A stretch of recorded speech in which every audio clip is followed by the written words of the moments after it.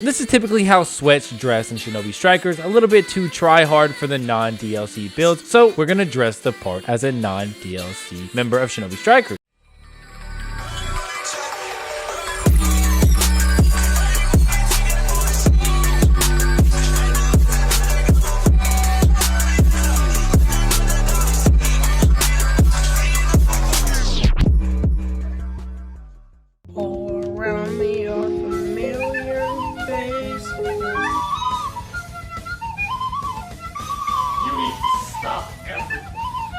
This needs to stop now.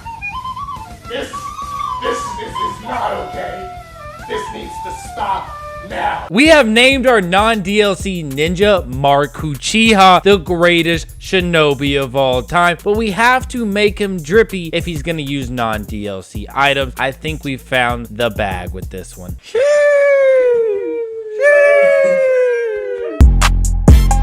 The first build is quite easy, and actually I feel like I sleep on Shikigami Shield, so I recommend that you check it out. And then you're going to use Amaterasu, and the ultimate, to no one's surprise, is going to be that Totsuka Blade from Itachi. Shikigami Shield is a tricky jutsu that you need to make sure you're able to stun your enemy and then lock them in place with that shield to get that debuff for the next jutsu. Much like Shikigami Shield, you are able to stun people with Amaterasu. The build altogether and how to set it up, you need to make sure they are not able to sub and hit them with the stun animation. Next up, you need to hit him with that Shikigami Shield, hold him in place for the Amaterasu, which was recently boosted in the patch 2.26. Pause. Make sure you're subbed right now. We're trying to hit 4K. For the second build, this is more your pit build. This is your sweaty build here. We're going to use Super Beast Scroll Bird from Sai, and then Inferno Style Flame Control, and again with the old being Totsuka Blade.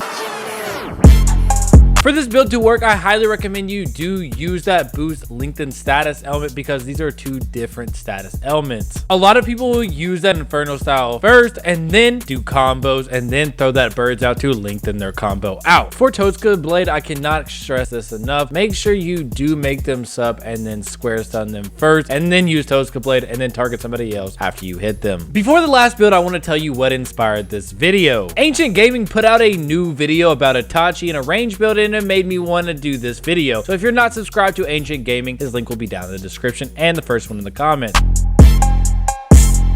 I call this build the old reliable build. It is an old-fashioned build with lightning shuriken net, Super Beast Scroll Alliance, and of course the old reliable Totsuka Blade. The ultimate secret about lightning net is you do more damage based on how many hits you have with net. Net also allows your opponent to be hit by it twice like this. If you heard the electric charge go off twice, that is the opponent getting trapped in there twice with the lightning net, and it does more damage based on how many hits you've done. Lions also happens to be a multi-hit jutsu, but it has a secret factor that if your opponent gets hit by it, it also lowers their attack speed by a lot. Some people are going to ask me, what should you run with these builds? What clothes should you wear? And I'm going to tell you right now, it's up to your interpretation, but my recommendation is lengthen status or boost ninjutsu damage with max health pants. It really depends on what your playing style is like. Comment down below what you would use for this.